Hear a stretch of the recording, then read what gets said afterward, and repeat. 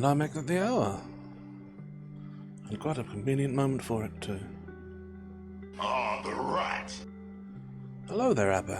Welcome in. Thank you for joining us. This fine, torrid Tuesday. I'm doing very well indeed. I hope you yourself are doing equally as well. Now then.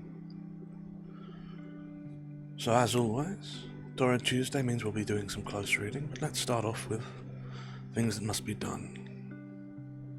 I do appreciate you, Abbe, so let me mark you up to number 24. I really must decide on some rewards for these. The achievement of these things. I am so genuinely grateful and impressed every time that someone cares to turn up in time and collect them. And you especially have a very impressive record, Abbe. Right, here we are. Number 24. A strong record, and a hard one to beat, certainly. Now then, what else do we have today? Well, you're very welcome, Abbe. You have more than earned it. As I say, I simply must think of something to, well, some manner of reward to accompany these achievements of yours. Again, perhaps some sort of badge or some such. Anyhow, I'll give it some thought. But for the time being, what are we doing? Ah, yes. There are no particular things of note to talk about today. No new books. Though I do have a line on some that I've been looking at, so hopefully we'll have some new editions soon. I know we're still quite some ways off from Halloween, but I've got an idea in mind of some, well, spooky tales that might be worth acquiring, perhaps to build up towards it. Other than that, no badges and no new followers, so we shall break without further ado right into the poetry today. Though as it is Torrid Tuesday. Ooh. Let us... Oh, my candle is already lit. Strange. Don't remember lighting that. Well, I suppose it saves us some time though, eh? Simply... There we go. And our setting is complete. Now, today, as I believe we did last time, I've picked out some poetry that is a little bit different. Something to contrast the lovely English countryside we've been in so far. So I hope you will accept and enjoy a small collection of rather famous French poems on the subject of romance. The first is Les Pas by Paul Valéry. Tes pas, enfant de ma silence, sentement, lentement placés vers le lit de ma vigilance, procédant muettes et glacées. Ils sont purs, ombre divine, qu'ils sont doux, tes pas retenus. Dieu, tous les dons que je devine, viennent de moi sur ses pieds nus. Si de tes lèvres avancées, tu préparais pour l'apaiser, à l'habitant de mes pensées la nourriture d'un baiser, n'était pas cet acte tendre, du seul d'être de n'être pas, car j'ai reçu de vos attendre, et mon corps n'était que vous pas.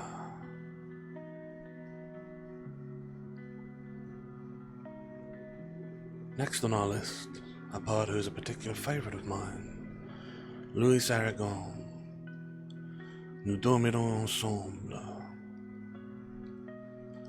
que ce soit dimanche ou lundi, soit au matin, minuit, midi, dans l'enfer ou le paradis, les amours aux amours ressemblants.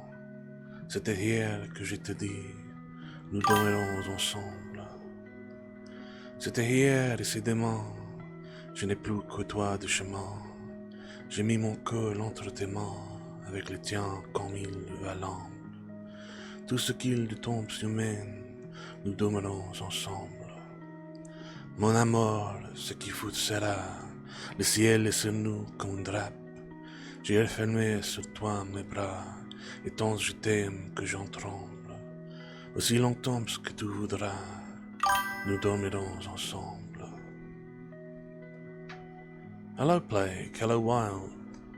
I do apologize for not greeting you as you came in, but I hate to be interrupted in the flow of a single verse. But I'm glad to have you, as I always am. And while we will again returning to Emma by Jane Austen, to begin we have some poetry in French relating to the subject of romance, just to prepare us for the subject of the occasion, and in contrast to the rather English countryside. But pressing on, our next poetry is Roman by Arthur Rimbaud.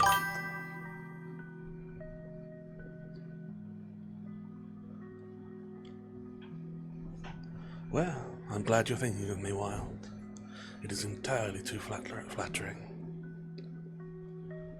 Oh, yes. Roman by Arthur Rimbaud. On n'est pas sérieux quand on dit 7 ans. Un beau soir, fond des bocs et les limonades.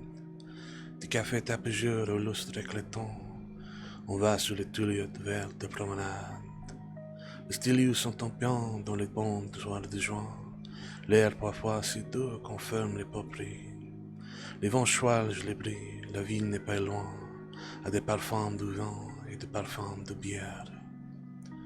Voilà qu'on aperçoit un tout petit chiffon d'azur sombre encadré d'une petite branche, piqué d'une mauvaise étoile qui se fond avec des doux frissons petits et tout blanches. Nuit de juin, 17 ans, on se laisse crier, la sève de champagne et vous montez à la tête. On divague, on se sent aux lèvres baisées, qui calpait de là comme une petite bête. Le cœur fort rébissonne à travers les romans, lorsque dans l'éclaté une paire réverbière, passait une demoiselle au petit air charmant, sous l'ombre du faux que l'effrayant de son père. Et comme elle vous trouve immensement naïf, tout en faisant trotter ses petites bottines, elle se tourne à l'été d'un mouvement vif, sur vos lèvres alors me rend le cavatine. Vous étiez amoureux, loi jusqu'à moi d'autres. Vous étiez amoureux, vos sonnettes le font rire. Tous vos amis sont errantes, vous êtes mauvais goût, plus l'adorez, un soir à dernier vous écrire. Ce soir-là, vous rentrez au café éclairant, vous demandez des bocs ou des limonades. On n'est pas sérieux quand on a 17 ans et qu'on a des lieux verts sur les promenades.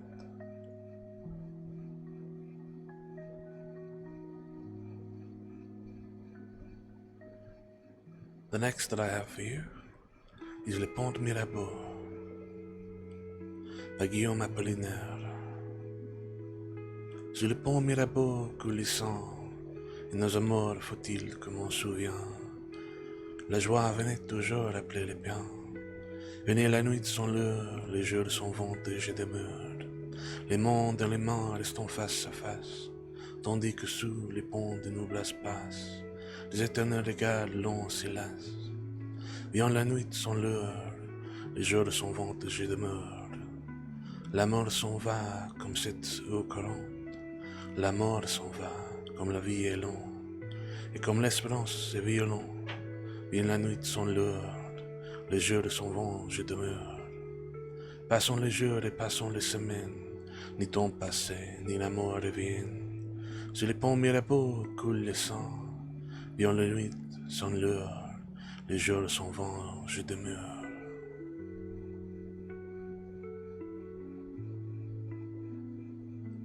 Our next, Apparition by Stephen Mallarmé. La lune s'est tressée de séraphine en pleurs, rêvant l'achète au doigt dans les camps de fleurs, vaporeuse, tyrienne des mourants voyeuls, des blancs sanglots glissant l'azur de corolle. C'était le jour béni de ton plénière bassette, mais songe aimant à me martyriser, s'enverant savamment du parfum de tristesse, qui même sans regret et sans les bois lassés, les cuillaisons d'un rêve au corps qu'il que la coulis.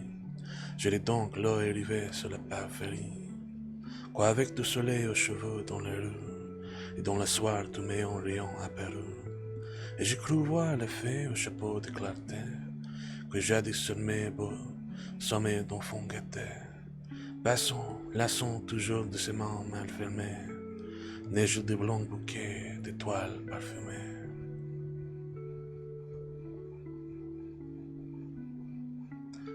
And while our time is technically up, we should move on. I have one last one for you. And why spoil the moment? So, by Paul Verlaine, Verte. Voici des fruits, des fleurs, des feuilles et des branches. Et puis voici mon corps qui n'en batte que pour vous.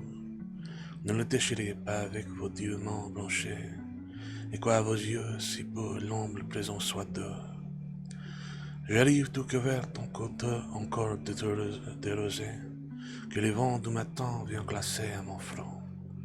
Soufflez comme ma fatigue à vos pieds repensés, rêve de chers instants qui la délaisseront.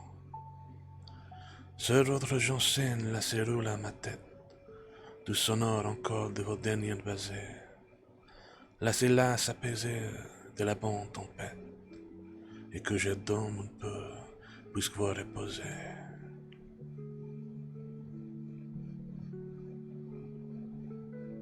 And with that, we have the last of the poetry for the night. I do hope you have enjoyed it. But now, as the hour grows late, we must move on, though I hope not too disappointingly, to our main text for the night, Emma by Jane Austen. But first, let me have a small drink.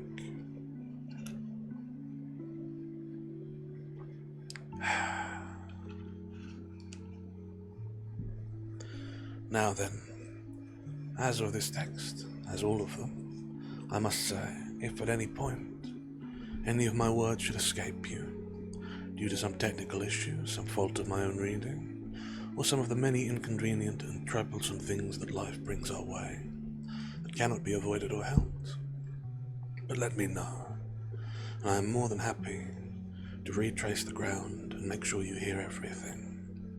I would hate for you to miss it. If you have thoughts, comments, questions, or at any point have a redeem you wish to cash in, do feel free. And as I intended to last time, let me remind you that for the length of this Torrid Tuesday, a redeem typically 5,000 points, speak to me as one you would hold close, is functionally only 500, as the standard text-to-speech that I have speaking your words is subpriced. Having said that now, unless anyone has anything desperately they wish for me to say or understand, or some redeem they wish for me to fulfill, then, without any further ado, so long as you are comfortably reposed, we shall begin.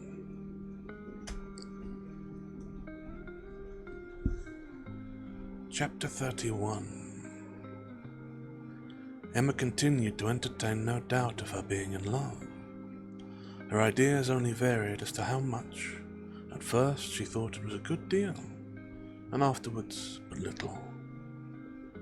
She had great pleasure in hearing Frank Churchill talked of, and, for his sake, greater pleasure than ever in seeing Mr. and Mrs. Weston.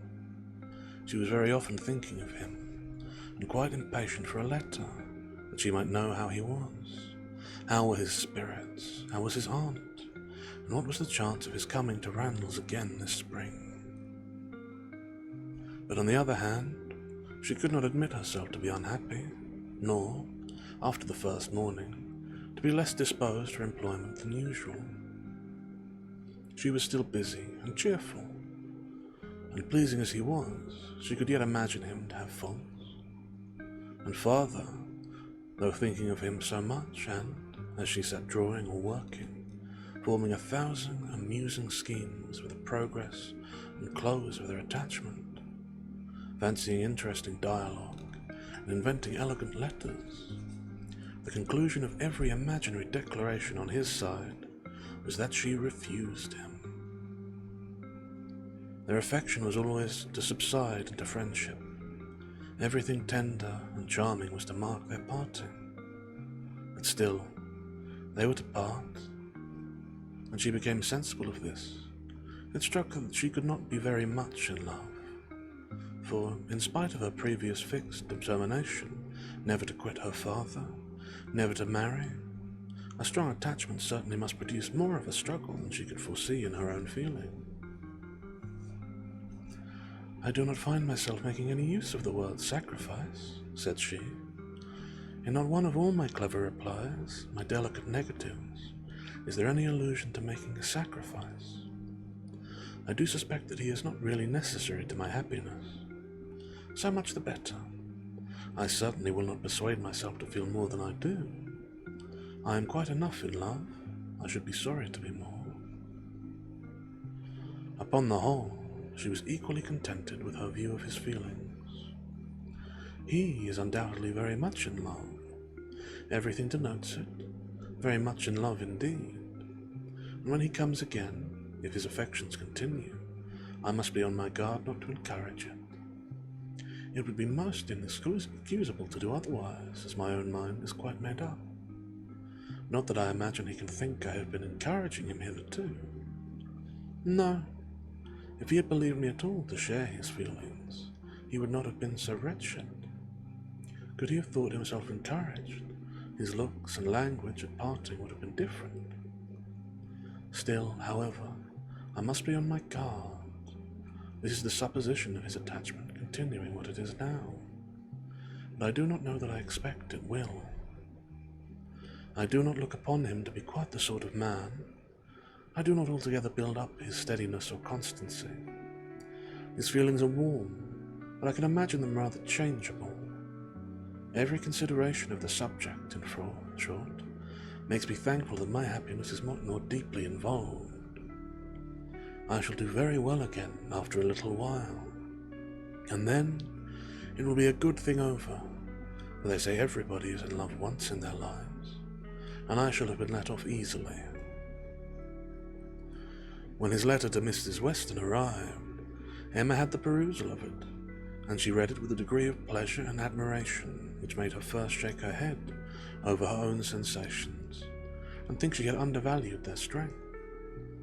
It was a long, well-written letter, giving the particulars of his journey and of his feelings, expressing all the affection, gratitude, and respect which was natural and honourable, and describing everything exterior to and local that could be supposed attractive, with spirit and precision. No suspicious flourishes now of apology or concern.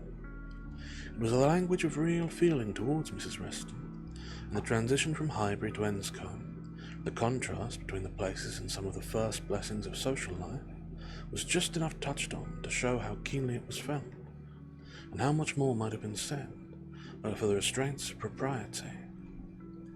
The charm of her own name was not wanting. Miss Woodhouse appeared more than once, and was never without a something of pleasing connection, either a compliment to her taste, or a remembrance of what she had said. And in the very last time of its meeting her eye, unadorned as it was, by any such broad wreath of gallantry, she yet could discern the effect of her influence, and acknowledge the greatest compliment perhaps of all conveyed. Compressed into the very lowest vacant corner were these words: "I had not a spare moment on Tuesday, as you know, for Miss Woodhouse's beautiful little friend. Pray make my excuses and adieus to her." This, Emma could not doubt, was all for herself. Harriet was remembered only for being her friend. His information and prospects to Enscombe were neither worse nor better than had been anticipated. Mrs. Churchill was recovering, and he dared not yet, even in his own imagination, fix a time for coming to Randalls again. Gratifying, however, and stimulative as it was the letter, in the material part, its sentiments, she yet found, when it was folded up and returned to Mrs. Weston, that it had not added any lasting warmth, that she could still do without the writer, and that he must learn to do without her. Her intentions were unchanged. Her resolution of refusal only grew more interesting by the addition of a scheme for his subsequent consolation and happiness. His recollection of Harriet, and the words which clothed it, the beautiful little friend, suggested to her the idea of Harriet succeeding her in his affections. Was it impossible? No. Harriet undoubtedly was greatly his inferior in understanding, but he had been very much struck with the loveliness of her face and the warm simplicity of her manner, and all the probabilities of circumstance and connection were in her favour. For Harriet it would be an advantage and delightful indeed. "I must not dwell upon it," said she. "I must not think of it. I know the danger of indulging such speculations. But stranger things have happened, and when we cease to care for each other as we do now, it'll be the means of confirming us in that sort of true disinterested friendship which I can already look forward to with pleasure." It was well to have comfort in store in Harriet's behalf, but it might be wise to let the fancy touch it seldom, for evil in that quarter was at hand. As Frank Churchill's arrival had succeeded Mr. Elton's engagement in the conversation of Highbury, as the latest interest had entirely borne down from the first, so now upon Frank Churchill's disappearance, Mr. Elton's concerns were assuming the most irresistible form. His wedding day was named. He would soon be among them again, Mr. Elton and his bride. This was hardly time to talk over the first letter from the Enscombe before Mr. Elton and his bride were in everybody's mouth, and Frank Churchill was forgotten. Emma grew sick at the sound. She had had 3 weeks of happy exemption from Mr. Elton, and Harriet's mind, she had been willing to hope, had been lately gaining strength. With Mr. Weston's ball in view, at least, there had been a great deal of insensibility to other things. But it was now too evident that she had not attained such a state of composure as could stand against the actual approach, new carriage bell ringing and all. Poor Harriet was in a flutter of spirits, which required all the reasoning and soothing and attentions of every kind that Emma could give her.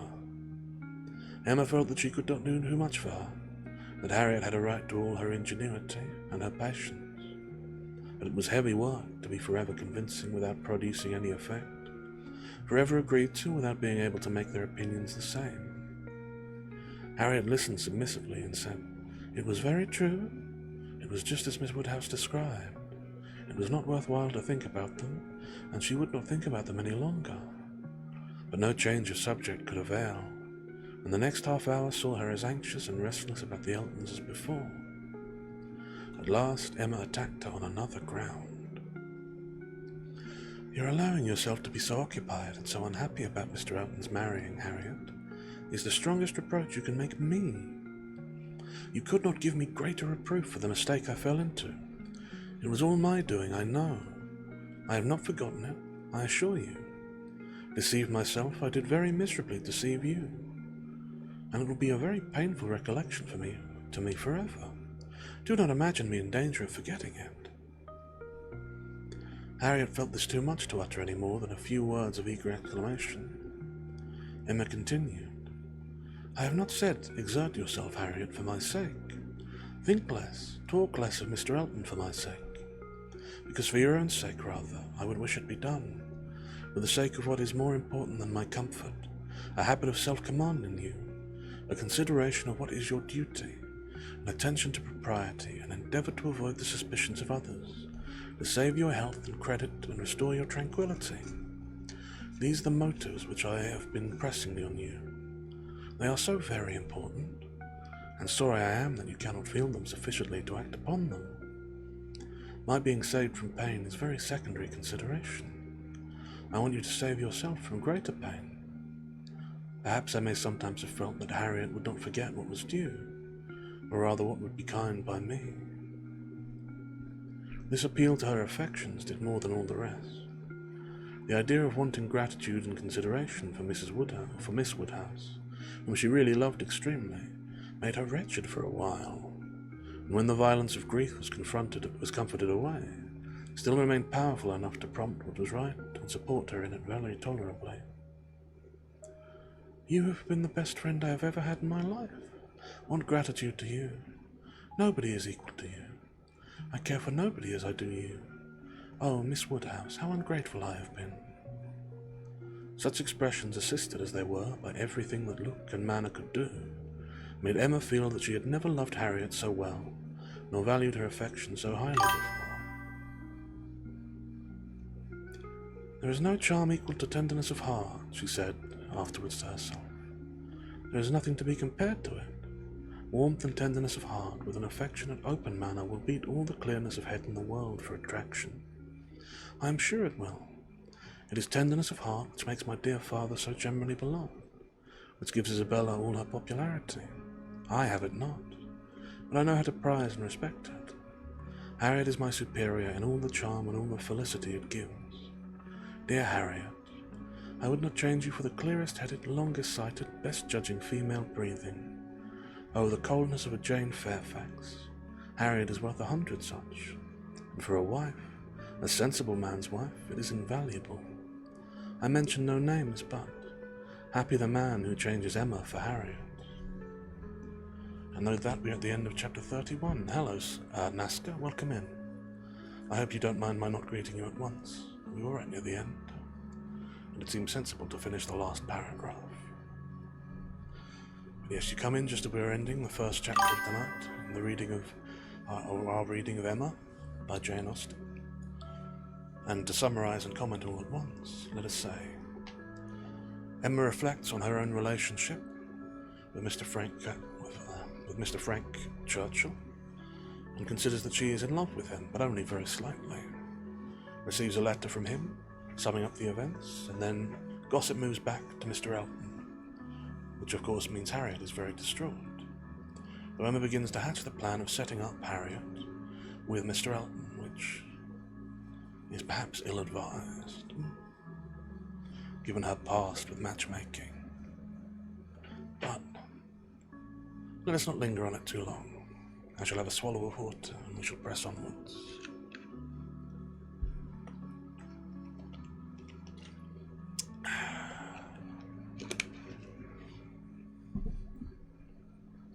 But yes, thank you again for joining us, Nazca. I do so appreciate your presence. Now, where were we? Chapter 32. Yes. Mrs. Elton was first seen at church, but though devotion might be interpreted, curiosity could not be satisfied by a bride in a pew, and it must be left for the visits in form which were then to be paid, to settle whether she were very pretty indeed, or only rather pretty, or not pretty at all.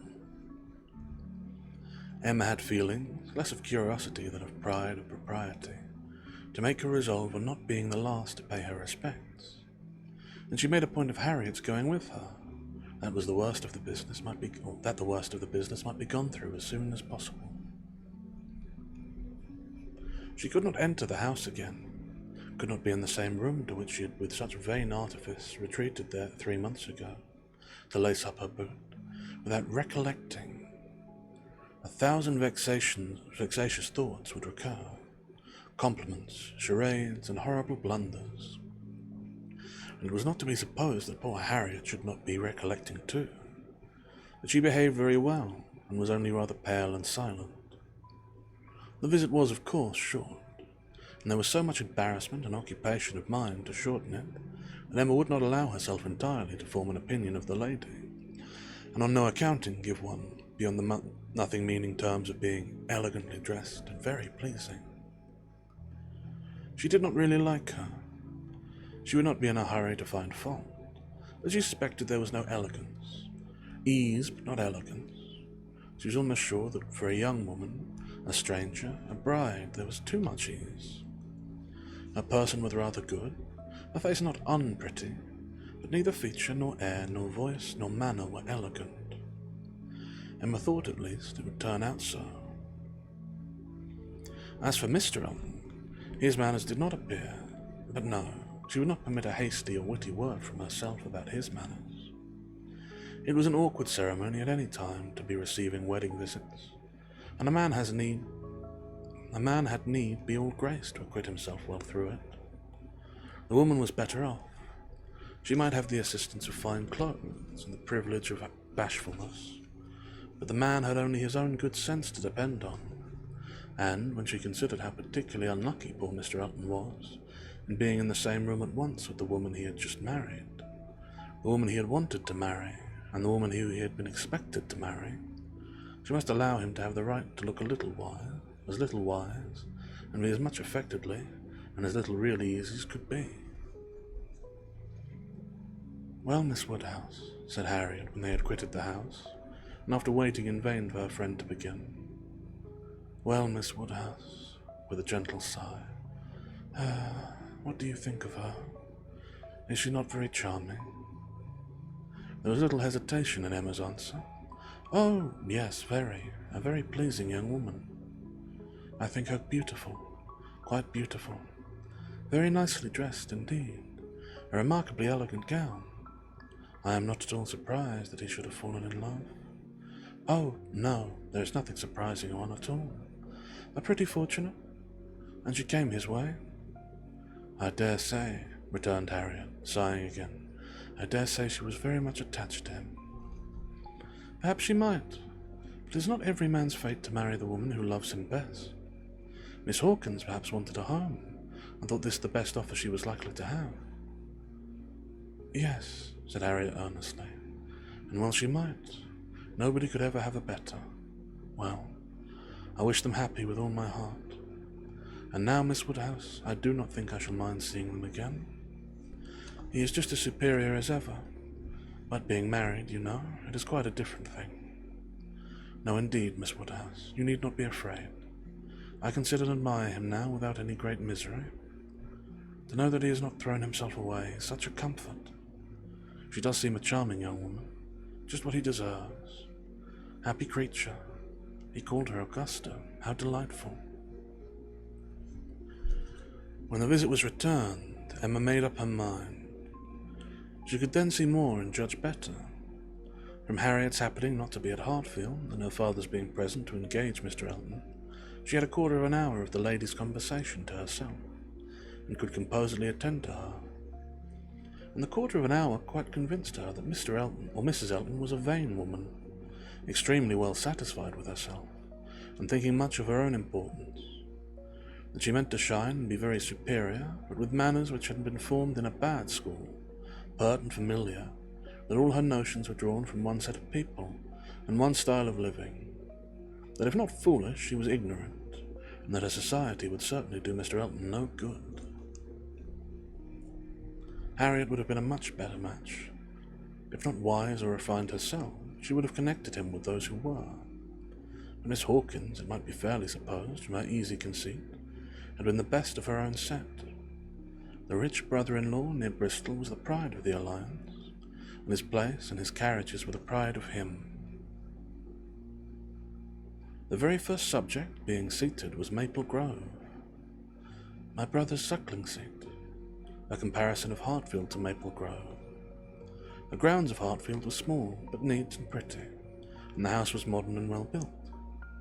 Mrs. Elton seemed most favourably impressed by the size of the room, the entrance, and all that she could see or imagine. Very like Maple Grove indeed. She was quite struck by the likeness. That room was the very shape and size of the morning room at Maple Grove, her sister's favourite room. Mr. Elton was appealed to. Was it not astonishingly like? And she could really almost fancy herself at Maple Grove. And the staircase. You know, as I came in, I observed how very like the staircase was, placed exactly in the same part of the house. I really could not help exclaiming. I assure you, Miss Woodhouse, it is very delightful to me to be reminded of a place I am so extremely partial to as Maple Grove. I have spent so many happy months there, with a little sigh of sentiment. A charming place, undoubtedly. Everybody who sees it is struck by its beauty, but to me it has been quite a home. Whenever you are transplanted like me, Miss Woodhouse, you will understand how very delightful it is to meet with anything at all like what one has left behind. I always say this is quite one of the evils of matrimony. Emma made as slight a reply as she could. It was fully sufficient for Mrs. Elton, who only wanted to be talking herself. So extremely like Maple Grove. And it is not merely the house. The grounds, I assure you, as far as I could observe, are strikingly like. The laurels at Maple Grove are in the same profusion as here, and stand very much in the same way, just across the lawn, and I had a glimpse of a fine large tree, with a bench round it, which put me so exactly in mind. My brother and sister will be enchanted with this place. People who have extensive grounds themselves are always pleased with anything in the same style. Emma doubted the truth of this sentiment.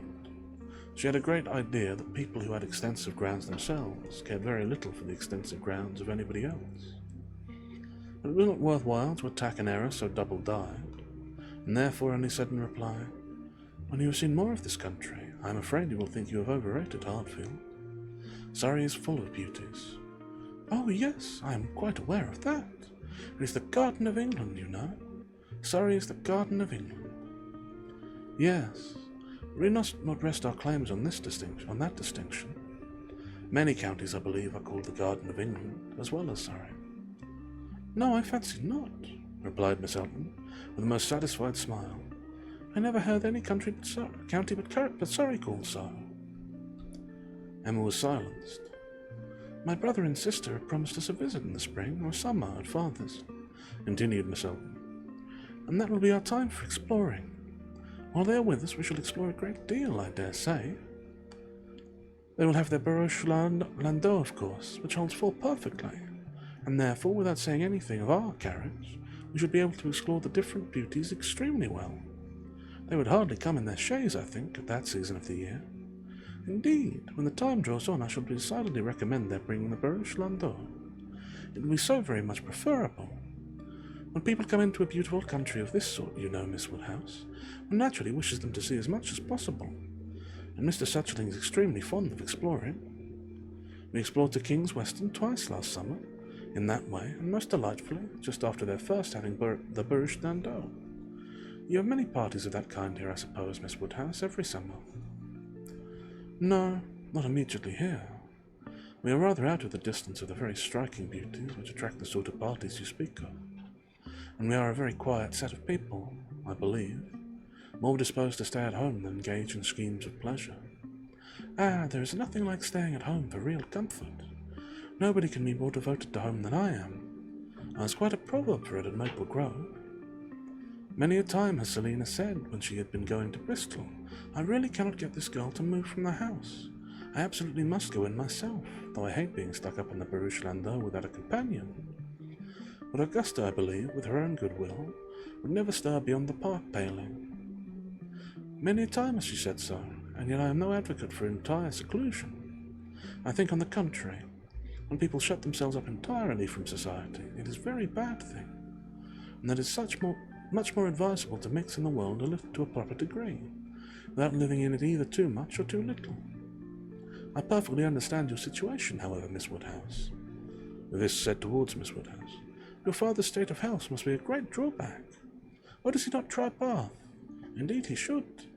Let me recommend Bath to you. I assure you I have no doubt of its doing Mr. Woodhouse good." "My father tried it more than once, formerly, but without receiving any benefits. And Mr. Perry, whose name I dare say is not unknown to you, does not conceive it would be at all more likely to be useful now."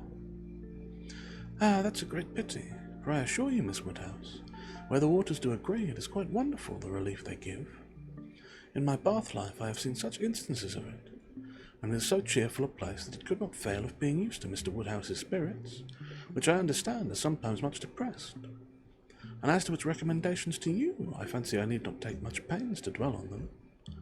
The advantages of Bath to the young are pretty generally understood.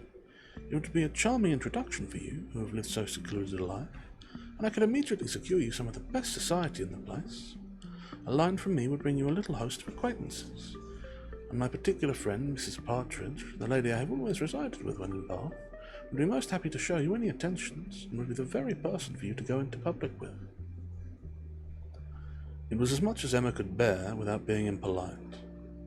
The idea of her being indebted to Mrs. Elton for what was called an introduction, of her going into public under the auspices of a friend of Mrs. Elton's, probably some vulgar, dashing widow who, with the help of a boarder, just made a shift to live. The dignity of Miss Woodhouse of Hartfield was sunk indeed. She restrained herself, however, from any of the reproofs she could have given, and only thanked Mrs. Elton coolly. But their going to Bath was quite out of the question, and she was not perfectly convinced the place might suit her better than her father. And then, to prevent further outrage and indignation, changed the subject directly. "I do not ask whether you are musical, Mrs. Elton. Upon these occasions a lady's character generally precedes her, and Highbury has long known that you are a superior performer." "Oh, no, indeed. I must protest against any such idea. A superior performer? Very far from it, I assure you. Consider from how particular a quarter your information came. I am dotingly fond of music, passionately fond. My friends say I am not entirely devoid of taste, but as to anything else, upon my honour, my performance is mediocre to the last degree. You, Miss Woodhouse, I well know play delightfully. I assure you it has been the greatest satisfaction, comfort and delight to me to hear what a musical society I am going into. I absolutely cannot do without music. It is a necessity of life to me, and having always been used to a very musical society, both at Maple Grove and in Bath, it would have been a most serious sacrifice. I honestly said as much to Mr. E. when he was speaking of my future home, and expressing his fears lest the retirement of it should be disagreeable, and the inferiority of the house too, knowing what I had been accustomed to. Of course he was not wholly without apprehension. When he was speaking of it in that way, I honestly said that the world I could give up, parties, balls, plays, for I had no fear of retirement. Blessed with so many resources within myself, the world was not necessary to me. I could do very well without it. To those who had no resources it was a different thing, but my resources made me quite independent. And as to smaller sized rooms than I had been used to, I really could not give it a thought. I hoped I was perfectly equal to any sacrifice of that description. Certainly I had been accustomed to every luxury at Maple Grove, but I did assure him that 2 carriages were not necessary to my happiness, nor were spacious apartments. But, said I, to be quite honest, I do not think I can live without something of a musical society. I conditioned for nothing else. Without music, life would be a blank to me. We cannot suppose, said Emma, smiling, that Mr. Elton would hesitate to assure you of there being a very musical society in Highbury, and I hope you will not find he has outstepped the truth more than may be pardoned in consideration of the motive. No, indeed, I have no doubts at all on that head.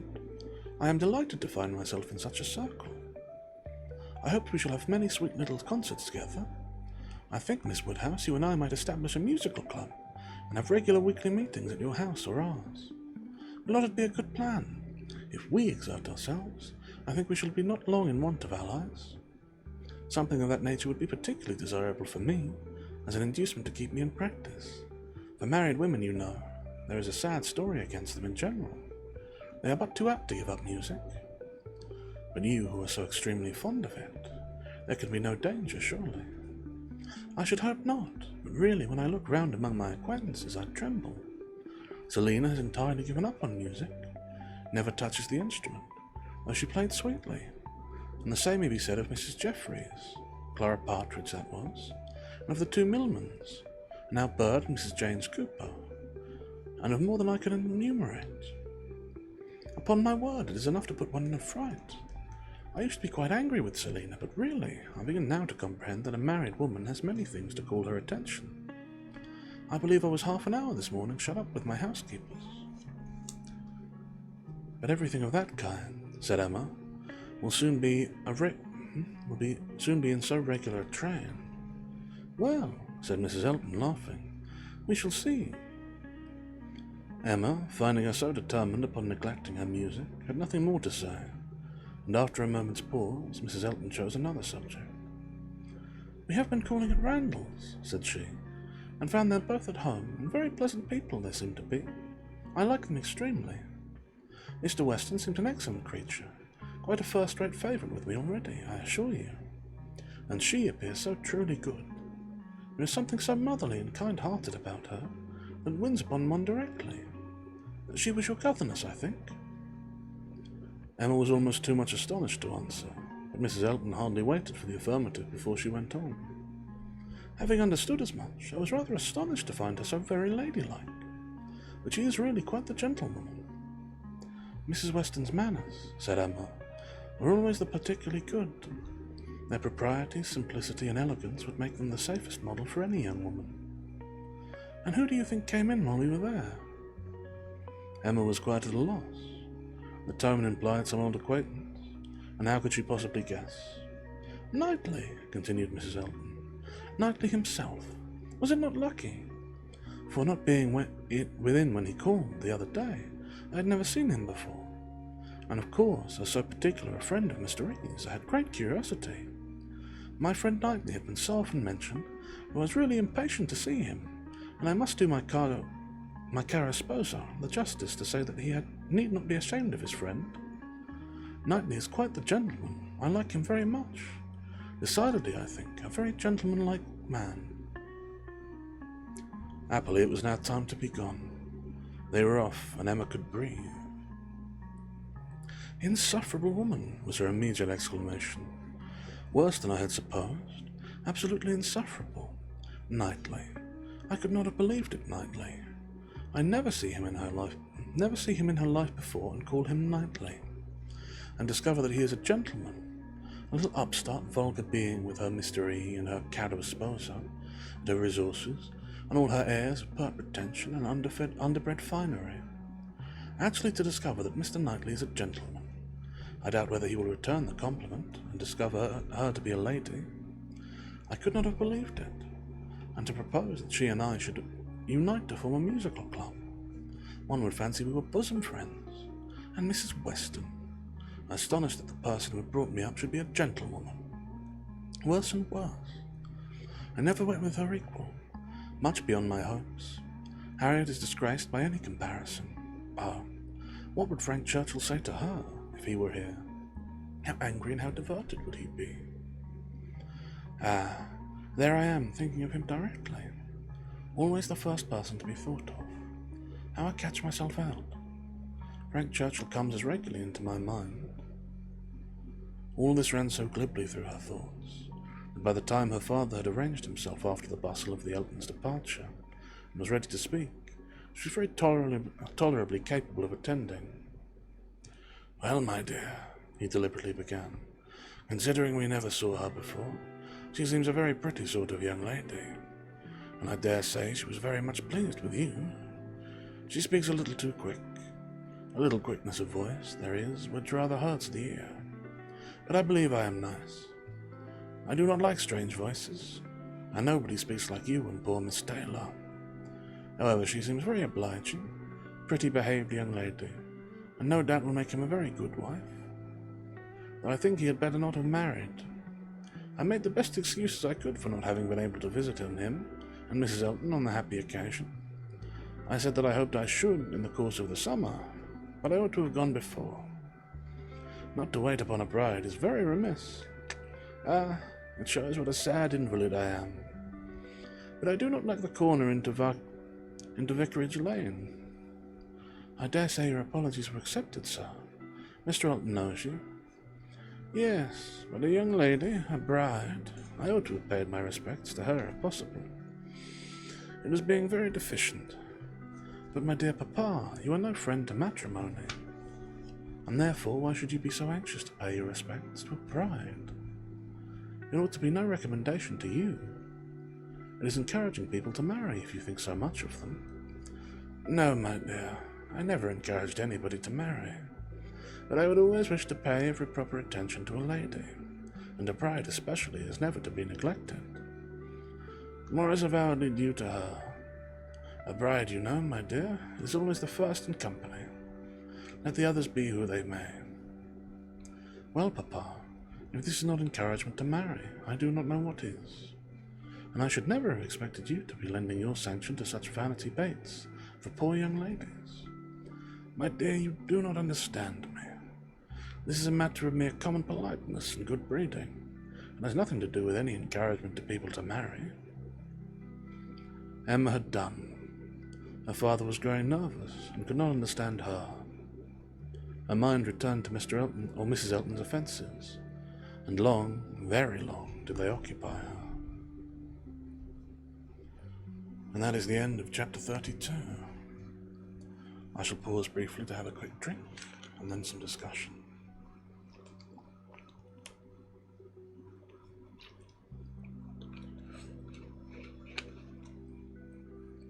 Well then, we meet Mrs. Elton at last.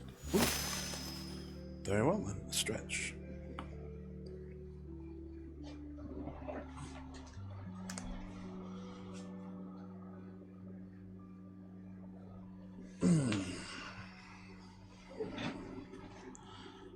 I made a point to stretch the neck before standing for that one, so hopefully you picked up a little crack there, to show that I am doing my due diligence.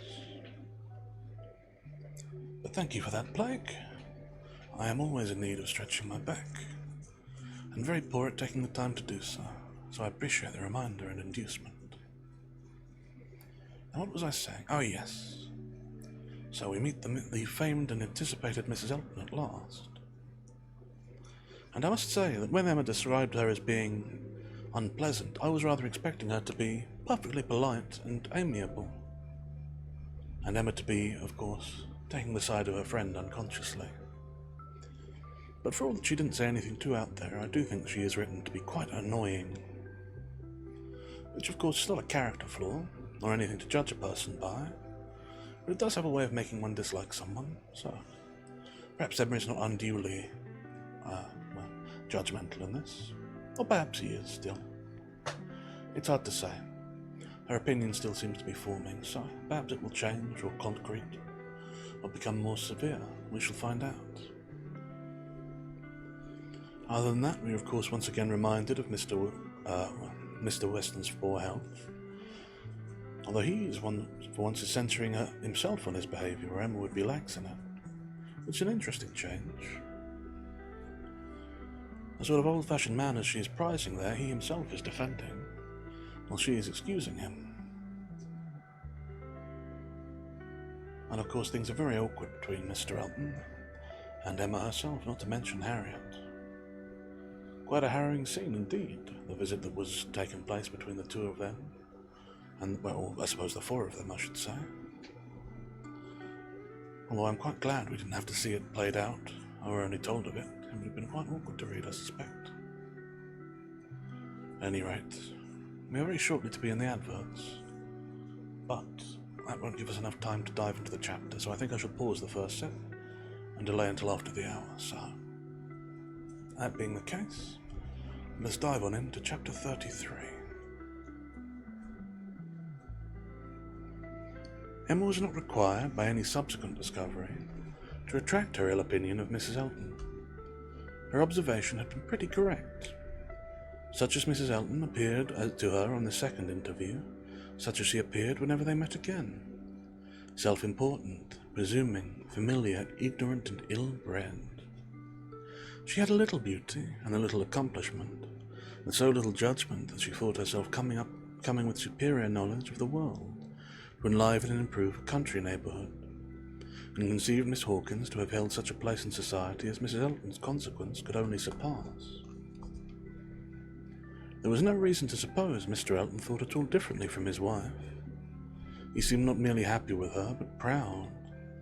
He had the air of congratulating himself on having brought such a woman to Highbury, as not even Miss Woodhouse could equal, and the greater part of her new acquaintance, disposed to commend or not in the habit of judging, following the lead of Miss Bates' goodwill, or taking it for granted that the bride must be as clever and as agreeable as she professed herself, were very well satisfied.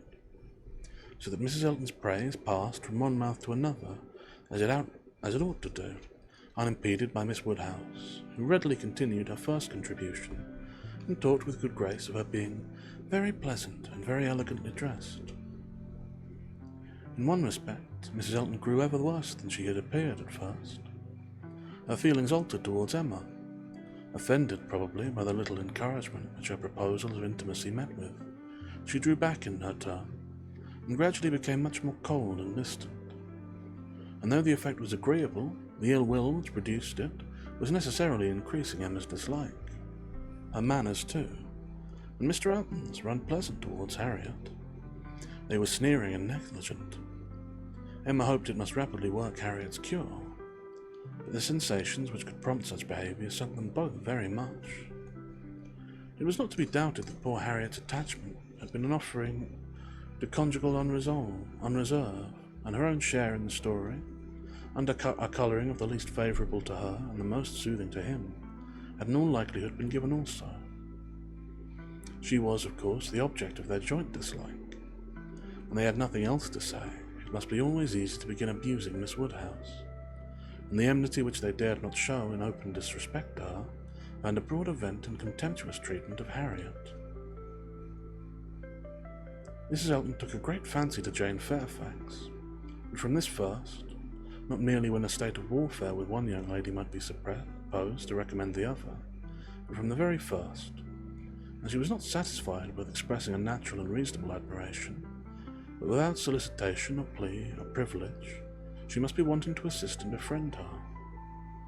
Before Emma had forfeited her confidence, and about the third time in their meeting, she had all Mrs. Elton's knight-errantry on the subject. Excuse me a moment as I pause the ads for a moment, or snooze the ads. There we go. Jane Fairfax is absolutely charming, Miss Woodhouse. I quite rave about Jane Fairfax. A sweet, interesting creature, so mild and ladylike, and with such talents. I assure you I think she has very extraordinary talents. I do not scruple to say that she plays extremely well. I know enough music to speak decidedly on the point. Oh, she is absolutely charming. You will laugh at my warmth, but upon my word, I talk of nothing but Jane Fairfax, and her situation is so calculated to affect one. Miss Woodhouse, we must exert ourselves and endeavour to do something for her. We must bring her forward. Such talents as hers must not be suffered to remain unknown. I dare say you have heard those charming lines of the poet. Full many a flower is born to blush unseen, and waste its fragrance on the desert air. We must not allow them to be verified in sweet Jane Fairfax. I cannot think there is any danger of it, was Emma's calm answer. And when you are better acquainted with Miss Fairfax's situation and understand what her home has been with Colonel and Mrs. Campbell, I have no idea that you will suppose her talents can be unknown. Oh, but dear Miss Woodhouse, she is now in such retirement, such obscurity, so thrown away. Whatever advantages she may have enjoyed with the Campbells are so palpably at an end. And I think she feels it. I am sure she does. She is very timid and silent. One can see that she feels the want of encouragement. I like her the better for it. I must confess it is a recommendation to me. I am a great advocate for timidity, and I am sure one does not often meet with it. But in those who are at all inferior, it is extremely predispossessing. Oh, I assure you, Jane Fairfax is a very delightful character, and interests me more than I can express. You appear to feel a great deal, but I am not aware how you, or any of Mrs. Fairfax's acquaintance here, any of those who have known her longer than yourself, can show her any other attention than, my dear Mrs. Woodhouse, or Miss Woodhouse. A vast deal may be done by those who dare to act. You and I need not be afraid. If we set the example, many will follow it as far as they can. They all have not our situations. We have carriages to fetch and convey her home, and we live in style which could not make the addition of Jane Fairfax at any time the least inconvenient. I should be extremely displeased if Wright were to send up such a dinner as could make me regret having asked more than Jane Fairfax to partake of it. I have no idea of that sort of thing. It is not likely that I should, considering what I have been used to. My greatest danger, perhaps, in housekeeping may be quite the other way, in doing too much, being too careless of expense. Maple Grove will probably be my model more than it ought to be, but we do not have at all an effect equal to my brother's, Mr. Suckling, in income. However, my resolution is taken as to noticing Jane Fairfax. I shall certainly have her very often at my house, shall introduce her wherever I can, shall have musical parties to draw out her talent, and shall be constantly on the watch for an eligible situation. My acquaintance is so very extensive that I have little doubt of hearing of something to suit her shortly. I shall introduce her, of course, very particularly to my brother and sister when they come to us. I am sure they will like her extremely, and when she gets a little acquainted with them, her fears will be completely wear off, for there really is nothing in the manner of either but what is highly conciliating. I shall have her very often indeed while they are with me, and I dare say we shall sometimes find a seat for her in the Barouche Landau in some of our exploring parties. Poor Jane Fairfax, thought Emma. You have not deserved this. You may have done wrong with regard to Mr. Dixon, but this is a punishment beyond what you can have merited. The kindness and protection of Mr. Elton. Jane Fairfax and Jane Fairfax. Heavens, let me not suppose that she dares to go about Emma Woodhousing me. And upon my honour, there seems no limit to the licentiousness of that woman's tongue. Emma had not to listen to such paradings again, to any so exclusively addressed to herself, so disgustingly decorated with a "Dear Miss Woodhouse." The change on Mrs. Elton's side soon afterwards appeared, and she was left in peace, neither forced to be the very particular friend of Mrs. Elton, nor under Mrs. Elton's guidance the very active patroness of Jane Fairfax, and only sharing with others in a general way, in knowing what was felt, what was mediated, what was done. She looked on with some amusement. Miss Bates' gratitude for Mrs. Elton's attention to Jane was in the first style of guileless simplicity and warmth. She was quite out of her worthiness, the most amiable, affable, delightful woman, just as accomplished and condescending as Mrs. Elton, to be considered that Emma's only surprise was that Jane Fairfax should accept those attentions and tolerate Mrs. Elton as she seemed to do. She heard of her walking with the Eltons, sitting with the Eltons, spending a day with the Eltons. That was astounding. I'll pause here because we're about to enter the ad break.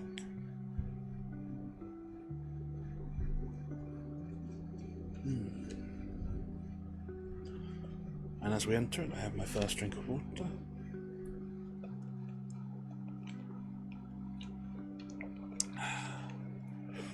And what say we? Well, I maintain that she is somewhat of an annoying person in her speech, though perhaps not quite so much as Emma seems to be reacting. I suspect that some of the improprieties are, how would one say, a little more exaggerated in Emma's mind than they are actually. Other than that, I don't think there's too much to say on her. The fact that she has turned against Emma is quite understandable, given the past that has, I should say the events that passed between her and Mr. Elton. And of course, a little bit of incivility and a little bit of a difference of manners, I perhaps should say, in the different societies they have held. It's likely to create some friction anyway. Add all that to Emma's inherent predisposition to dislike the woman. But it's not at all surprising that she find her annoying.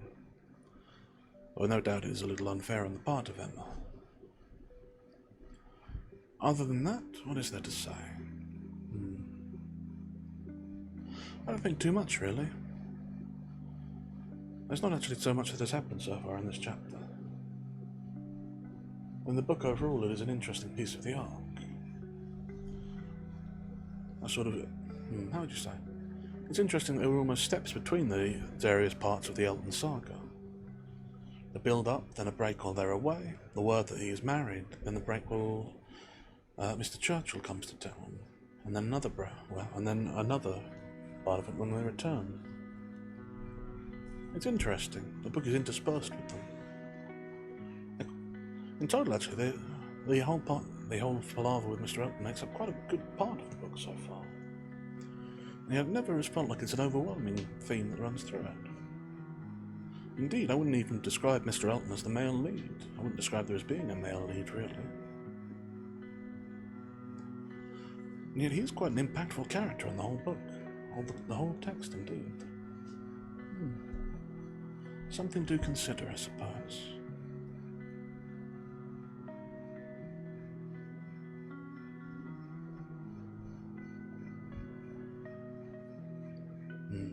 Anyhow, the adverts are about to come to an end, so I shall have another drink, as is my wont, and then we shall resume.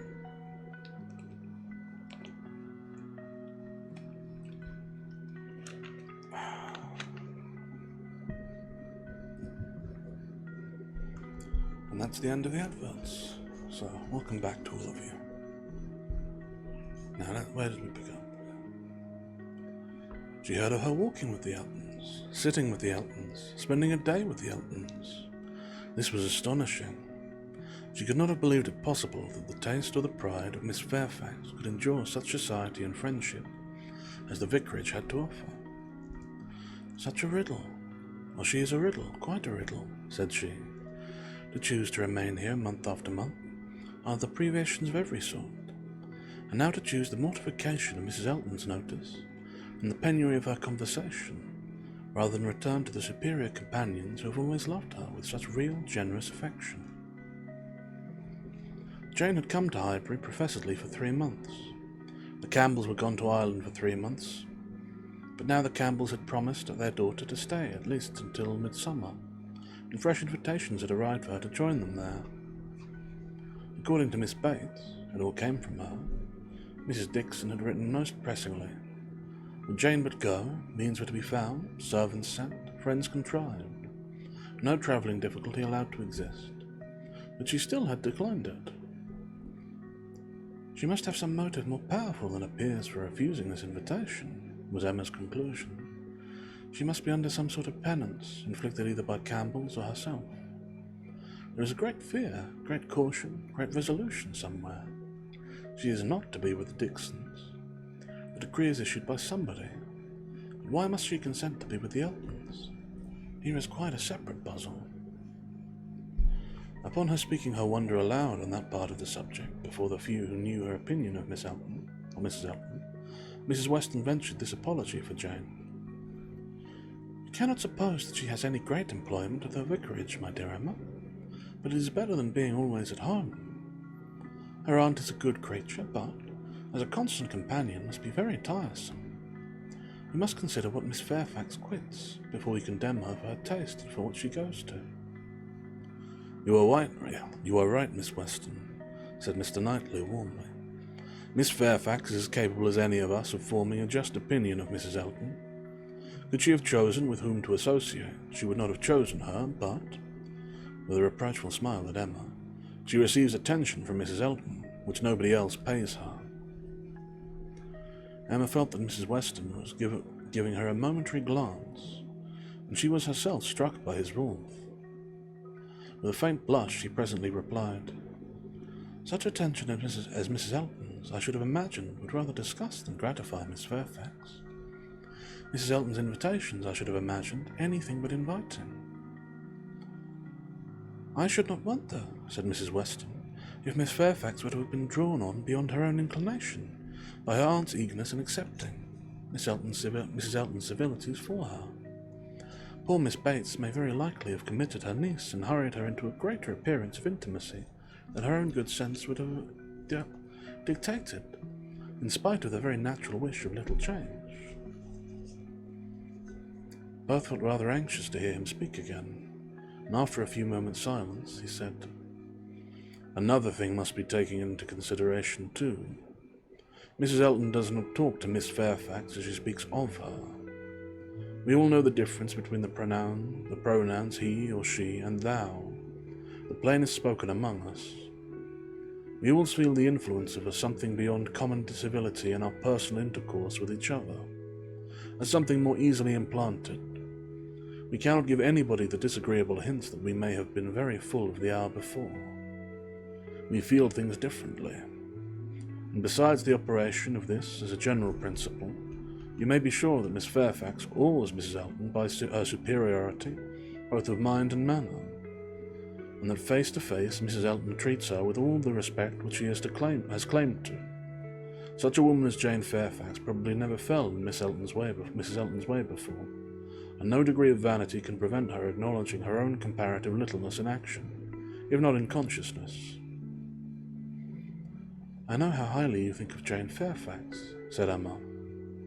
Little Henry was in her thoughts, and a mixture of alarms and delicacy made her irresolute in what else to say. "Yes," he replied, "anybody may know how highly I think of her." "And yet," said Emma, beginning hastily and with an arch look, but soon stopping.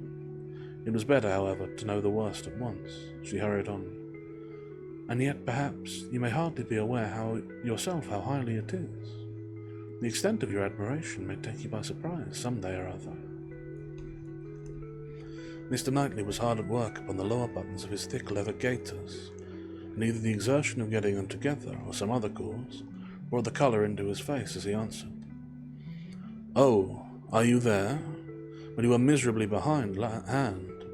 Mr. Cole gave me a hint of it 6 weeks ago. He stopped. Emma felt her foot pressed by Mrs. Weston, and did not herself know what to think. In a moment he went on. That will never be, however, I can assure you.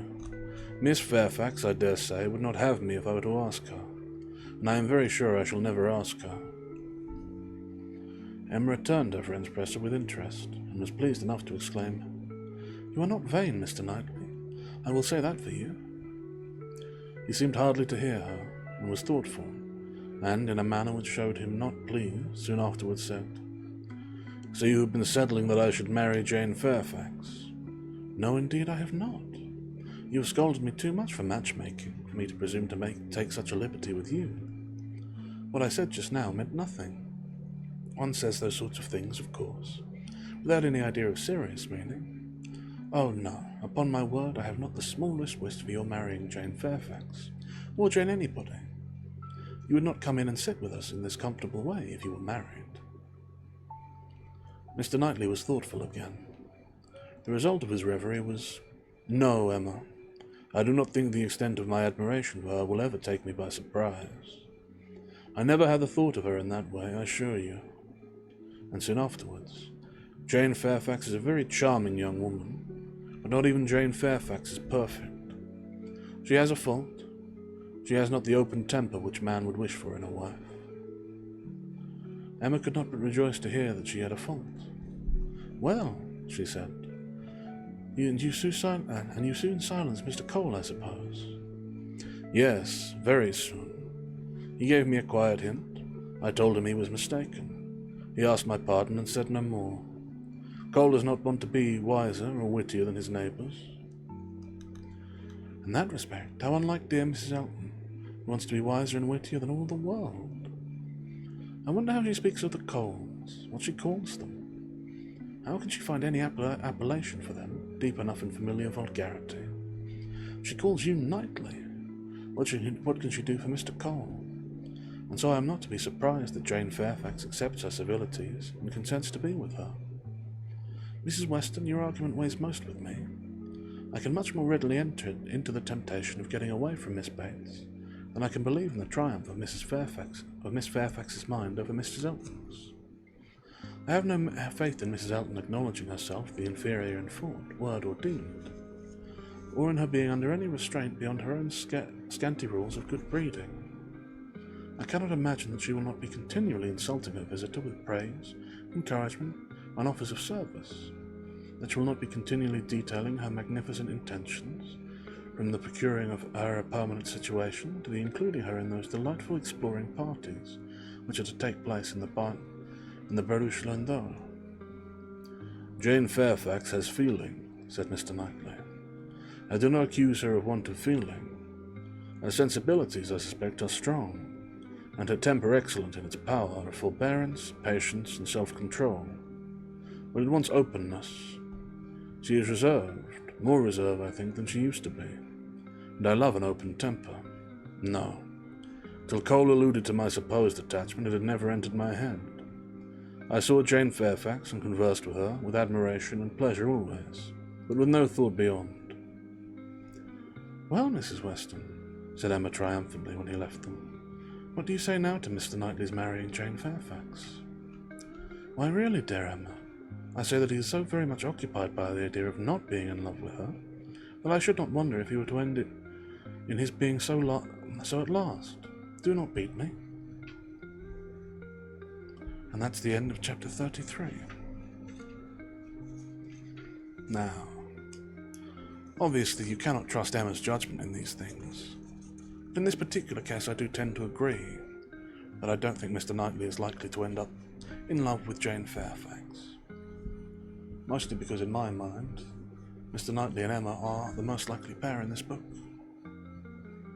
At least I assume that Emma is to end, well, if one is to assume that Emma is to wind up in a relationship, which, given her continued insistence that she will not, and her general trend of being incorrect in all her decisions, I feel confident she shall be. But at any rate, let me have a swallow of water before we carry on.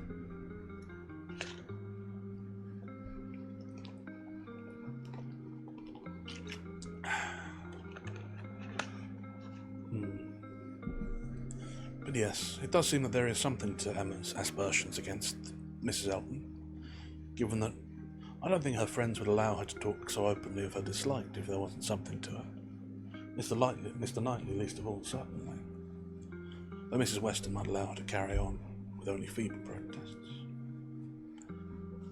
But clearly there is something to the judgment after all. So, the nouveau riche, it would seem. Not at all well bred. Whatever that counts. At any rate, carrying on. Chapter 34. Everybody in and about Highbury who had ever visited Mr. Elton was disposed to pay him attention on his marriage. Dinner parties and evening parties were made for him and his lady, and invitations flowed in so fast that she had soon the pleasure of apprehending they were never to have a disengaged day. "I see how it is," said she. "I see what a life I am to lead among you. Upon my word, we shall be absolutely dissipated. We really seem quite the fashion. If this is living in the country, it is nothing very formidable from Monday next to Saturday. I assure you we have not a disengaged day. A woman with fewer resources than I have need not have been at a loss." No invitation came amiss to her. Her Bath habits made evening parties perfectly natural to her, and Maple Grove had given her a taste for dinners. She was a little shocked at the want of 2 drawing-rooms, at the poor attempt at rout cakes, and at there being no ice in the Highbury card parties. Mrs. Bates, Mrs. Perry, Mrs. Goddard and others were a good deal behindhand in knowledge of the world, but she would soon show them how everything ought to be arranged. In the course of the spring she must return their civilities by one very superior party, in which her card tables should be set out with their separate candles and unbroken packs in the true style, and more waiters engaged for the evening than their own establishments could furnish, to carry round the refreshments at exactly the proper hour and in the proper order. Emma, in the meanwhile, could not be satisfied without a dinner at Hartfield for the Eltons. They must not do less than others, or she should be exposed to odious suspicions, and imagined capable of pitiful resentment. A dinner there must be. After Emma had talked about it for 10 minutes, Mr. Woodhouse felt no unwillingness, and only made the usual stipulation of not sitting at the bottom of the table himself, with the usual regular difficulty of deciding who should do it for him. The persons to be invited required little thought. Besides the Eltons, it must be the Westons and Mr. Knightley, so far it was all of course,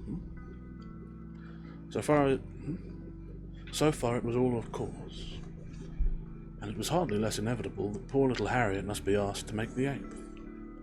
But this invitation was not given with equal satisfaction, and on many accounts Emma was particularly pleased by Harriet's begging to be allowed to decline it. She would rather not be in his company more than she could help. She was not yet quite able to see him and his charming, happy wife together without feeling uncomfortable. If Miss Woodhouse would not be displeased, she would rather stay at home. It was precisely what Emma would have wished, had she deemed it possible enough for wishing. She was delighted with the fortitude of her little friend, the fortitude she knew it was in her to give up being in company and stay at home, and she could now invite the very person whom she really wanted to make the 8th, Jane Fairfax. Since her last conversation with Mrs. Weston and Mr. Knightley, she was more conscience-stricken about Jane Fairfax than she had often been. Mr. Knightley's words dwelt with her.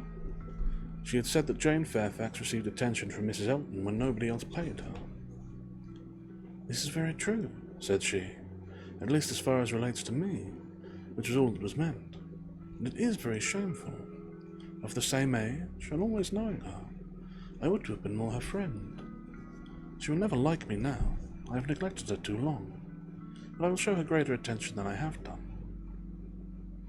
Every invitation was successful. They were all disengaged and all happy. The preparatory interest of this dinner, however, was not yet over. A circumstance rather unlucky occurred. The 2 eldest little Knightleys were engaged to pay their grandpa and aunt a visit of some weeks in the spring, and their papa now proposed bringing them and staying one whole day at Hartfield, which one day would be the very day of the party. His professional engagements did not allow of his being put off, but both father and daughter were disturbed by it happening so. Mr. Woodhouse considered 8 persons at dinner together as the utmost that his nerves could bear, and here would be a 9th, and Emma apprehended that it would be a month very much out of humour at not being able to come even to Hartfield for 48 hours without falling in with a dinner party. She comforted her father better than she could comfort herself, by representing that though he certainly would make them 9, yet he always said so little that the increase of noise would be very immaterial. She thought it in reality a sad exchange for herself, to have him with his grave looks and reluctant conversation opposed to her instead of his brothers. Opposed to her instead of his brother, I should say, sorry. The event was far more favourable to Mr. Woodhouse than Emma. John Knightley came, but Mr. Weston was unexpectedly summoned to town, and must be absent on this very day. He might be able to join them in the evening, but certainly not to dinner. Mr. Woodhouse was quite at ease, and the seeing him so, with the arrival of the little boys and the philosophic composure of her brother on hearing his fate, removed the chief of even Emma's vexation. The day came, the party were punctually assembled, and Mr. John Knightley seemed early to devote himself to the business of being agreeable. Instead of drawing his brother up to a window while they waited for dinner, he was talking to Miss Fairfax. Mrs. Elton, as elegant as lace and pearls could make her, he looked at it in silence, wanting only to observe enough for Isabel's information. But Miss Fairfax was an old acquaintance and a quiet girl, and he could talk to her. He had met her before breakfast as he was returning from a walk with his little boys, when it had just been beginning to rain. It was natural to have some civil hopes on the subject, and he said, "I hope you did not venture far, Miss Fairfax, this morning, or I am sure you must have been wet. We scarcely got home in time. I hope you turned directly." "I went only to the post office," said she, "and reached home before the rain was much. It is my daily errand. I always fetch the letters when I am here. It saves trouble, and is something to get me out. A walk before breakfast does me good." "Not a walk in the rain, I should imagine." "No, but it did not absolutely rain when I set out." Mr. John Knightley smiled and replied, "That is to say, you choose to have your work, for you were not 6 yards from your own door when I had the pleasure of meeting you. And Henry and John had seen more drops than they could count long before. The post office has a great charm at one period of our lives. When you have lived to my age, you will begin to think letters are never worth going through the rain for." There was a little blush, and then this answer: "I must not hope to be ever situated as you are in the midst of every dearest connection, and therefore I cannot expect that simply growing older should make me indifferent about letters." "Indifferent? Oh, no. I never conceived you could become indifferent. Letters are no matter of indifference. They are generally a very positive curse." "You are speaking of letters of business. Mine are letters of friendship." "I have often thought them the worse of the two," replied he coolly. "Business, you know, may bring money, but friendship hardly ever does." "Ah, you are not serious now? I know Mr. John Knightley too well. I am very sure he understands the value of friendship as well as anybody.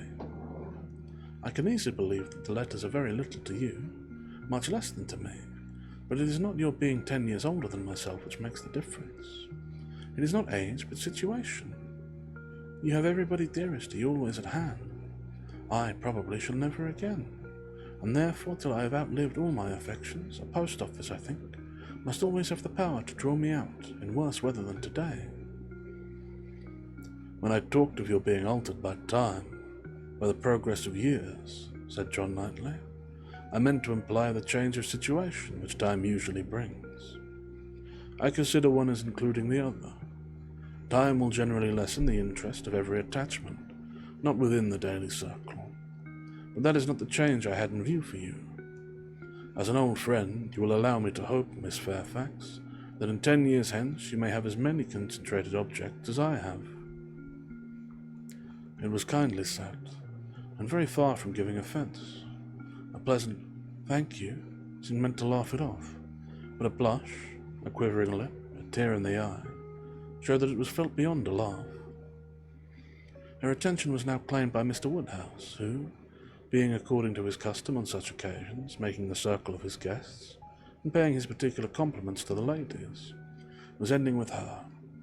and with all his mildest urbanity said, "I am very sorry to hear, Miss Fairfax, of your being out this morning in the rain. Young ladies should take care of themselves. Young ladies are delicate plants. They should take care of their health and their complexion. My dear, did you change your stockings?" "Yes, sir, I did indeed, and I am very much obliged by your kind solicitude about me." "My dear Miss Fairfax, young ladies are very sure to be cared for. I hope your good grandma and aunt are well. They are some of my very old friends. I wish my health allowed me to be a better neighbour. You do us a great deal of honour today, I am sure. My daughter and I are both highly sensible of your goodness, and have the greatest satisfaction in seeing you at Hartfield." The kind-hearted, polite old man might then sit down and feel that he had done his duty, and made every fair lady welcome and easy. By this time, the walk in the rain had reached Mrs. Elton, and her remonstrances now opened upon Jane. "My dear Jane, what is this I hear? Going to the post office in the rain? This must not be, I assure you. You sad girl, how could you do such a thing? It is a sign I was not there to take care of you." Jane very patiently assured her that she had not caught any cold. "Oh, do not tell me. You really are a very sad girl, and do not know how to take care of yourself. To the post office indeed. Mrs. Weston, did you ever hear the like? You and I must positively exert our authority." "My advice," said Mrs. Weston, kindly and persuasively, "I certainly do feel tempted to give. Miss Fairfax, you must not run such risks. Liable as you have been to severe colds, indeed, you ought to be particularly careful, especially at this time of year. The spring, I always think, requires more than common care. Better wait an hour or two, or even half a day for your letters, than run the risk of bringing on your cough again. Now do not you feel that you had? Yes, I am sure you are much too reasonable. You look as if you would not do such a thing again."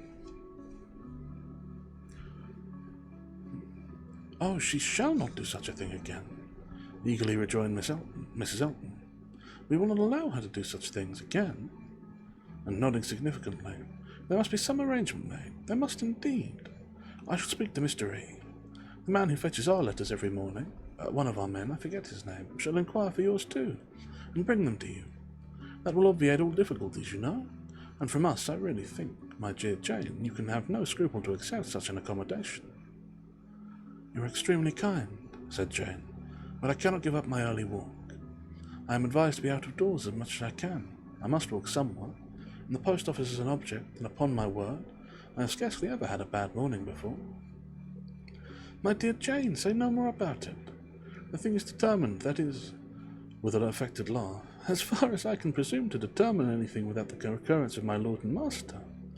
You know, Mrs. Weston, you and I must be cautious how we express ourselves. But I do flatter myself, my dear Jane, that my influence is not entirely worn out. If I meet with no insuperable difficulties, therefore, consider that point as settled." "Excuse me," said Jane earnestly, "I cannot by any means consent to such an arrangement, so needlessly troublesome to your servant. If the errand were not a pleasure to me, it could be done, as it always is when I am not here, by my grandmamma's." "Oh, my dear, with so much as Patty has to do, and that is a kindness to employ our men." Jane looked as if she did not mean to be conquered, but instead of answering, she began to speak again to Mr. John Knightley. "The post office is a wonderful establishment," she said. "The regularity and dispatch of it. If one thinks of all that it has to do, and all that it does so well, it is really astonishing." "It is certainly very well regulated." "So seldom that any negligence or blunder appears. So seldom that a letter among the thousands that are constantly passing about the kingdom is ever carried wrong. And not one in a million, I suppose, actually lost. And when one considers the variety of hands, and of bad hands too, that are to be deciphered, it increases the wonder. The clerks grow expert from habit. They must begin with some quickness of sight and hand, and exercise improves them. If you want any further explanation," continued he, smiling, "they are paid for it. That is the key to a great deal of capacity. The public pays and must be served well." The varieties of handwriting were further talked of, and the usual observations made. "I have heard it asserted," said John Knightley. The same sort of handwriting often prevails in a family, and where the same master teaches, it is natural enough. And for the reason, I should imagine, the likeness must be chiefly confined to the females. The boys have very little teaching after an age, and scramble into any hand they can get. Isabella and Emma, I think, do write very much alike. I have not always known their writing apart. Yes, said his brother hesitatingly. There is a likeness, I know what you mean, but Emma's hand is the strongest. Isabella and Emma both write beautifully, said Mr. Woodhouse, and always did. And so does poor Mrs. Weston, with half a sigh and half a smile at her. I never saw any gentleman's handwriting, Emma began, looking also at Mrs. Weston, but stopped on perceiving that Mrs. Weston was attending to someone else, and the pause gave her time to reflect. Now how am I going to introduce him? Am I unequal to speaking his name at once before all these people? Is it necessary for me to use any roundabout phrase? Your Yorkshire friend, your correspondent in Yorkshire, that would be the way, I suppose, if I were very bad. Now I can pronounce his name without the smallest distress. I certainly get better and better. Now for it. Mrs. Weston was disengaged, and Emma began again. Mr. Frank Churchill writes one of the best gentleman's hands I ever saw. I do not admire it, said Mr. Knightley. It is too small, one's strength. It is like a woman's writing. This was not submitted to by either lady. They vindicated him against the base aspersion. No, it can by no means one's strength. It was not a large hand, but very clear and certainly strong. Had not Mrs. Weston had any letter about her to produce? No, she had heard from him very lately, and having answered the letter, had put it away. If we were in the other room, said Emma, if I had my writing desk, I am sure I could produce a specimen. I have a note of his. Do you not remember, Mrs. Weston, employing him to write for you one day? He chose to say he was employed. Well, I have that note, and he can show it off, and I can show it after dinner to convince Mr. Knightley. Oh, when a gallant young man like Mr. Frank Churchill. Oh, when a gallant young man like Mr. Frank Churchill, said Mr. Knightley dryly, writes to a fair lady like Miss Woodhouse, he will of course put forth his best. Dinner was on table. Mrs. Elton, before she could be spoken to, was ready, and before Mr. Woodhouse had reached her with his request to be allowed to hand her into the dining parlour, was saying, Must I go first? I really am ashamed of always leading the way. Jane's solicitude about fetching her own letter had not escaped Emma. She had heard and seen it all, and felt some curiosity to know whether the wet talk of this morning had produced any. She suspected that it had, that it would not have been so resolutely encountered, but in full expectation of hearing from someone very dear, and that it had not been in vain. She thought there was an air of greater happiness than usual, a glow both of complexion and spirits. She could have made an inquiry or two as to the expedition and the expense of the Irish mails. It was at her tongue's end, but she abstained. She was quite determined not to utter a word that should hurt Jane Fairfax's feelings, and they followed the other ladies out of the room, arm in arm, with an appearance of goodwill highly becoming to the beauty and grace of each. And that's the end of chapter 34.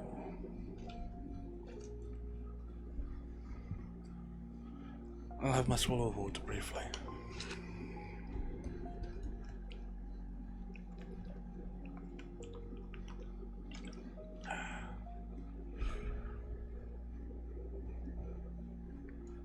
Now then.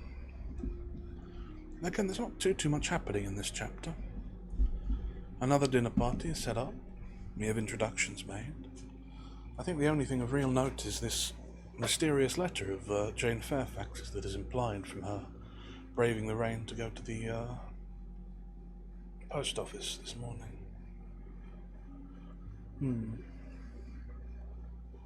I again maintain that it's probably I suspect it's a communication from Mr. Frank Churchill, but I am only speculating and could very well be wrong.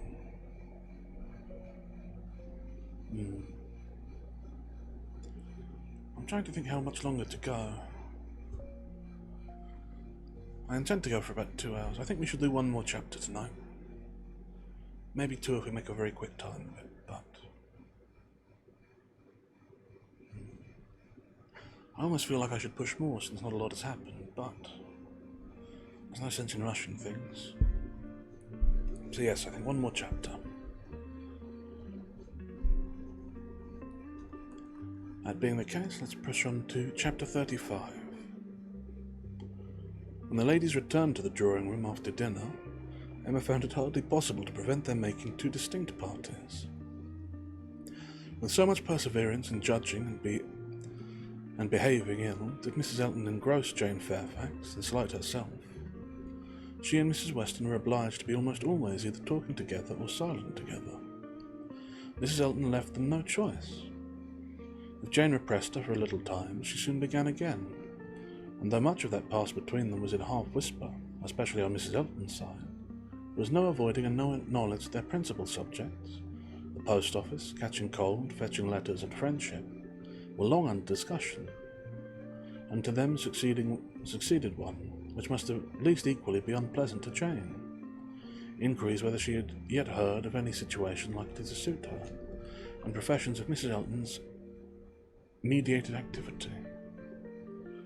Here is April comes," she said. "I get quite anxious about you, Jane. About you? June will soon be here. But I have never fixed on June or any other month, merely looked forward to the summer in general. But have you really heard of nothing? I have not even made any inquiry. I don't wish to make one yet. Oh, my dear, we cannot begin too early. You're not aware of the difficulty of procuring exactly the desirable thing." "I am not aware," said Jane, shaking her head. "Dear Miss Elton, you can have thought of it as I have done. But you have not seen so much of the world as I have. You do not know how many candidates there always are for the first situations. I saw a vast deal of that in the neighbourhood round Maple Grove. A cousin of Mr. Suckling, Mrs. Bragg, had such an infinity of applications. Everybody was anxious to be in her family, for she moves in the first circle. Wax candles in the schoolroom. You may imagine how desirable. Of all houses in the kingdom, Mrs. Bragg's is the one I would most want to see you in. Colonel and Mrs. Campbell are to be in town again by midsummer," said Jane. "I must spend some time with them. I am sure they will want it. Afterwards I may probably be glad to dispose of myself. But I would not wish you to take the trouble of making any inquiries at present." "Trouble? Aye, I know your scruples. You are afraid of giving me trouble, but I assure you, my dear Jane, the Campbells can hardly be more interested about you than I am.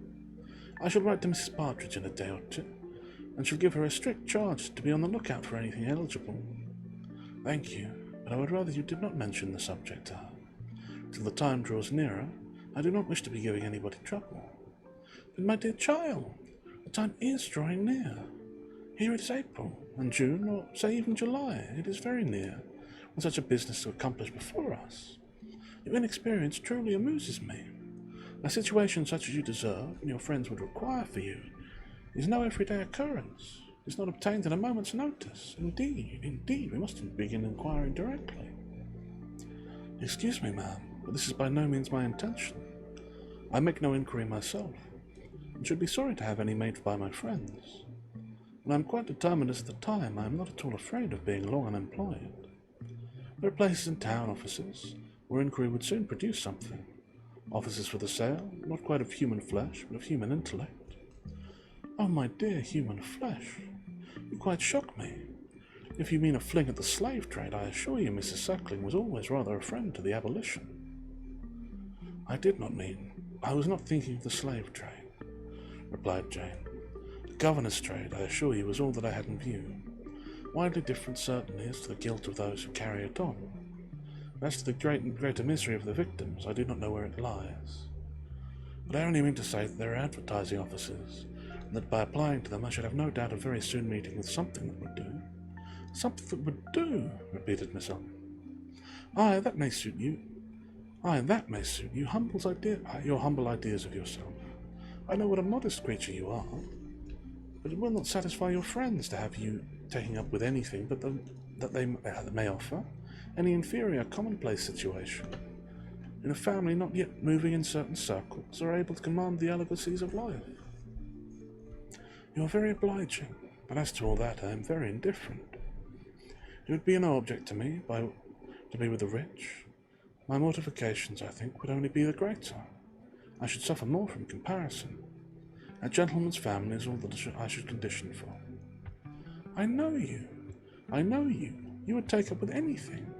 But I shall be a little more nice, and I am sure the good Campbells will be quite on my side. With your superior talents, you have a right to move in the first circles.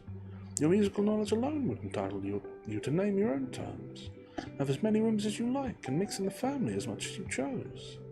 That is, I do not know. If you know the harp, you might do all that. I am very sure, but you sing as well as play. Yes, I really believe you might, even without the harp, stipulate for what you chose. And you must and shall be delightfully, honourably and comfortably settled before the Campbells or I have any rest. You may well class to the light the honour and the comfort of such a situation together, said Jane. They are pretty sure to be equal. However, I am very serious in not wishing anything to be attempted at present for me. I am exceedingly obliged to you, Mrs. Elton. I am obliged to anybody who feels for me, but I am quite serious in wishing nothing to be done till the summer. For 2 or 3 months longer I shall remain where I am, and as I am. And I am quite serious too, I assure you, replied Mrs. Elton gaily, in resolving to be always on the watch and employing my friends to watch also, that nothing really unexceptionable may pass us. In this style she ran on, never thoroughly stopped by anything, until Mr. Woodhouse came into the room. Her vanity had then a change of object, and Anna heard her saying in the same half-whisper to Jane, Here comes this dear old beau of mine, I protest. Only think of his gallantry in coming away before the other men. What a dear creature he is. I assure you I like him excessively. I admire all that quaint old-fashioned politeness. It is much more to my taste than modern ease. Modern ease often disgusts me. But this good old Mr. Woodhouse, I wish you had heard his gallant speeches to me at dinner. Oh, I assure you I began to think my cara sposa would be absolutely jealous. I fancy I'm rather a favourite. He took notice of my gown. How do you like it? Selina's choice. Handsome, I think. But I do not know whether it is over-trimmed. I have the greatest dislike in the idea of being over-trimmed. Quite a horror of finery. I must put on a few ornaments now, because it is expected of me. A bride, you know, must appear like a bride. But our natural taste is all for simplicity. A simple style of dress is so infinitely preferable to finery. But I'm quite in the minority, I believe. Few people seem to value simplicity. Of dress, show and finery are everything. I have some notion of putting such trimming as this to my white silver poplin. Do you think it will look well? The whole party were but just reassembled in the drawing rooms when Mr. Weston made his appearance among them. He had returned to a late dinner and walked to Hartfield as soon as it was over. He had been too much expected by the best judges for surprise, but there was great joy. Mr. Woodhouse was almost as glad to see him now as he would have been sorry to see him before. John Knightley only was in mute astonishment that a man who might have spent his evening quietly at home after a day of business in London should set off again and walk half a mile to another man's house, for the sake of being in mixed company till bedtime, of finishing his day in the efforts of civility, and the noise of numbers was a circumstance to strike him deeply. A man who had been in motion since 8 o'clock in the morning, and might now have been still, who had been long talking, and might have been silent, who had been in more than one crowd, and might have been alone. Such a man to quit the tranquillity and independence of his own fireside, and on the evening of a cold, sleepy April day rush out again into the world. Could he by a touch of his finger instantly taken back his wife, there would have been a motive, and his coming would probably prolong rather than break up the party. John Knightley looked at him with amazement, and shrugged his shoulders and said, I could not have believed it, even of him. Mr. Weston, meanwhile, perfectly unsuspicious of the indignation he was exciting, happy and cheerful as usual, and with all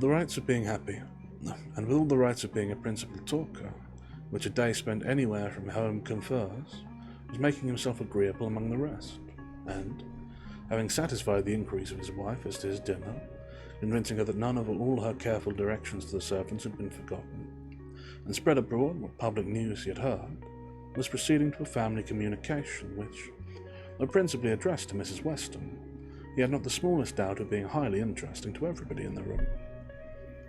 He gave her a letter. It was from Frank and to herself. He had met with it in his way, and had taken the liberty of opening it. Read it, said he. It will give you a pleasure, only a few lines. It will not take you long to read. It will not take you long. Read it to Emma.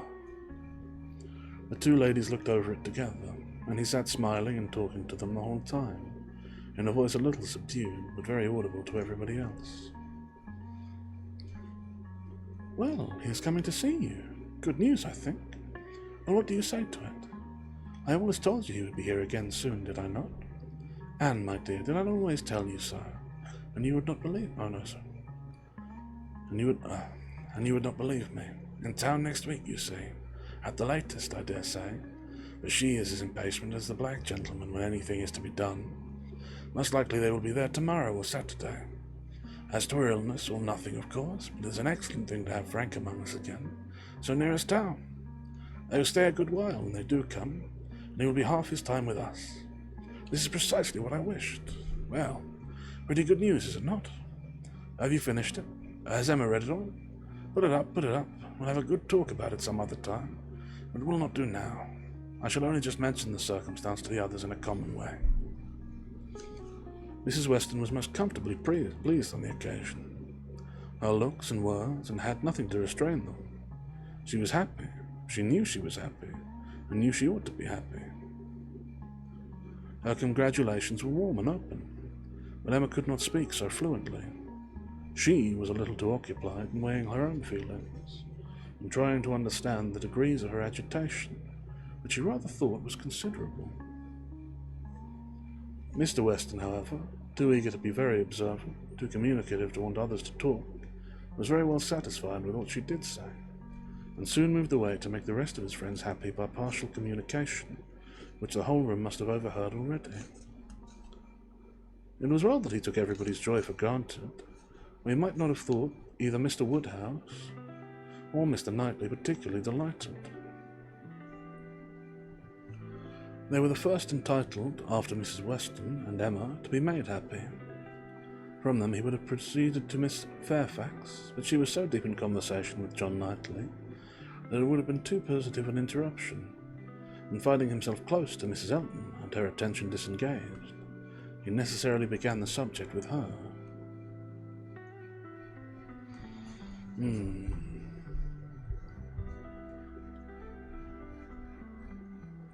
And that's the end of chapter 35.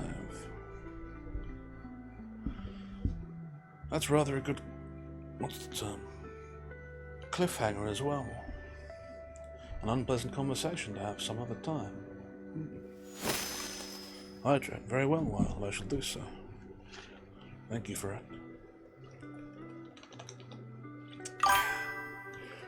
Yeah, thank you, Plague. But yes, as I was saying, rather a good cliffhanger, so rather than press on to the next chapter, I think we shall call it there.